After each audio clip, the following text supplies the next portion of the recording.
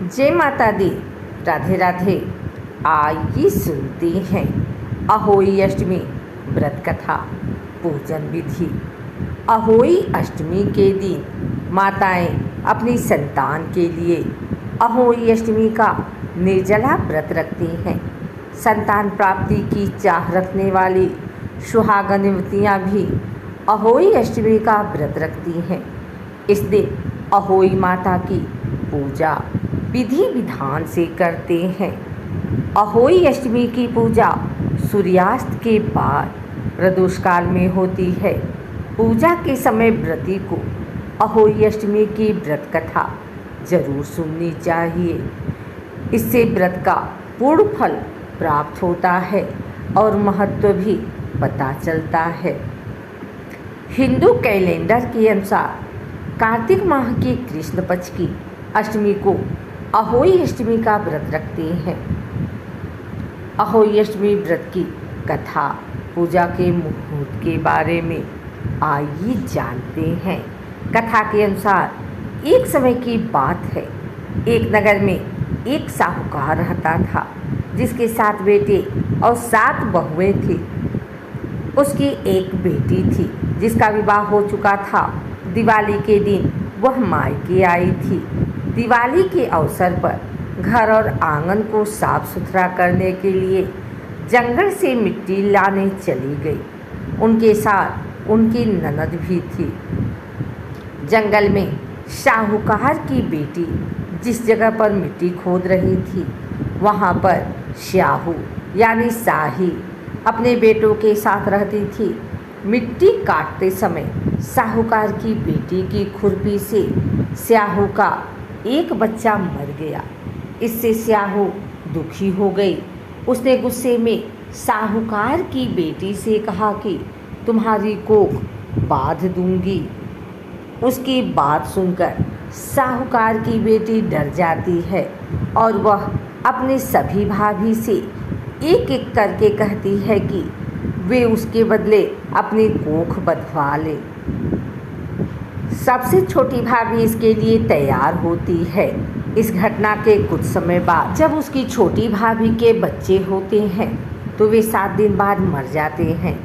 ऐसे करके उसके 7 संतानों की मृत्यु हो जाती है। तब उसने एक पंडित से घटना बताई और उपाय पूछा। पंडित ने कहा कि एक सुनहरी गाय की सेवा करो। पंडित के सुझाव के अनुसार ही वह एक सुनहरी गाय की सेवा करती है। वह गाय उससे खुश हो जाती है और उसे स्याहू के पास ले जाती है। रास्ते में दोनों थक गए तो एक जगह आराम करने लगते हैं और सो जाते हैं। अचानक साहूकार की छोटी बहू की आँख खुलती है तो वह देखती है कि एक सांप गरुड़ पंखनी के बच्चे को डसने जा रहा है। तभी वह उस सांप को मार देती है। इतने समय में ही गरुड़ पंखनी वहां आ जाती है। वहां पर खून देखकर वह क्रोधित हो जाती है। उसे लगता है कि साहूकार की छोटी बहू ने उसके बच्चे को मार डाला है। इस पर वह उसे चोट से मारने लगती है। इस पर छोटी बहू उससे कहती है कि उसने तुम्हारे बच्चे की जान बचाई है। यह बात सुनकर वह खुश हो जाती है। छोटी बहू और सुनहरी गाय के उद्देश्य को जानकर गरुड़ पंखनी उन दोनों को स्याहू के पास लेकर जाती है। साहूकार की छोटी बहू के काम से स्याहू प्रसन्न होती है। वह उसे 7 बेटे और 7 बहू होने का आशीर्वाद देती है। स्याहू के आशीर्वाद से साहूकार की छोटी बहू को 7 बेटे होते हैं और समय पर उनकी शादी होती है।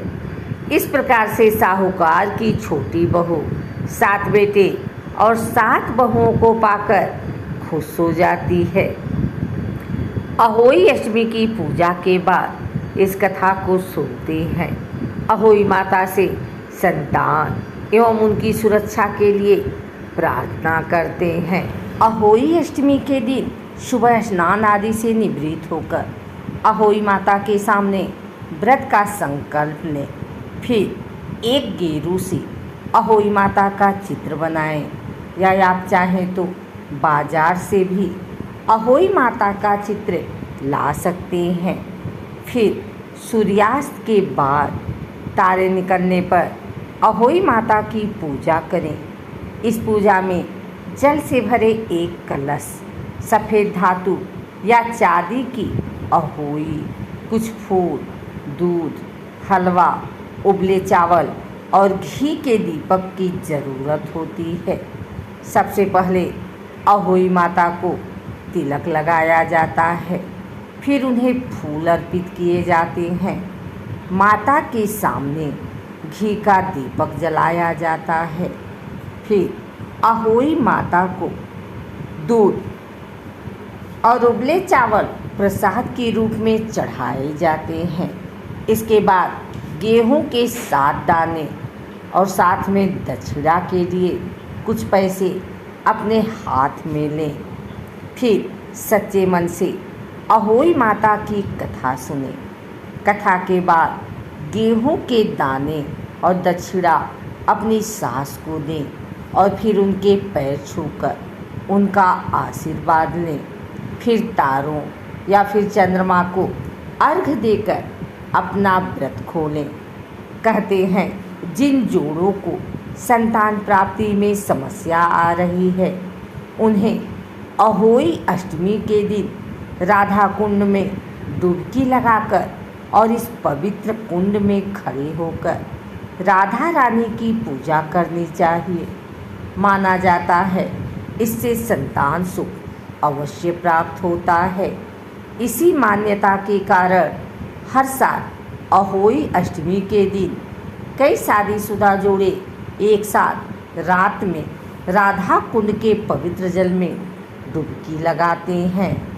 अहोई अष्टमी पूजन सामग्री: अहोई माता का चित्र, जल का कलश, गंगा जल, करवा, धूप बत्ती, दीपक, गाय का घी, श्रृंगार का सामान जैसे काजल, बिंदी, चूड़ी, लाल चुनरी, साड़ी या सूट आदि, फूल, रोली, कलावा, अक्षत, सूखा आटा चौक के लिए, गाय का दूध। अहोई अष्टमी व्रत के नियम: अहोई अष्टमी की पूजा कार्तिक कृष्ण पक्ष की अष्टमी के दिन प्रदोष काल में की जाती है। इस दिन महिलाएं अन्न और जल कुछ भी ग्रहण नहीं करती और शाम में शुभ मुहूर्त में अहोई भगवती की पूजा करती हैं। अहोई अष्टमी व्रत संतान की दीर्घायु और निरोगी काया के लिए रखा जाता है। इस दिन सभी माताएं सूर्योदय से पहले जागकर स्नान कर अहोई माता की पूजा करती हैं और इस दौरान व्रत का संकल्प भी लेती हैं। पूजा के लिए अहोई माता की 8 कोने वाली तस्वीर पूजा स्थल पर रखी जाती है। ध्यान रखें कि माता अहोई के साथ शाही की भी तस्वीर जरूर होनी चाहिए। बता दें, शाही कांटेदार स्तनपायी जीव होता है। ये पूजा शाम को प्रारंभ होती है। अहोई अष्टमी की पूजा के समय अहोई माता को गुलगुले का भोग जरूर लगाएं। ये माता को बेहद ही प्रिय है।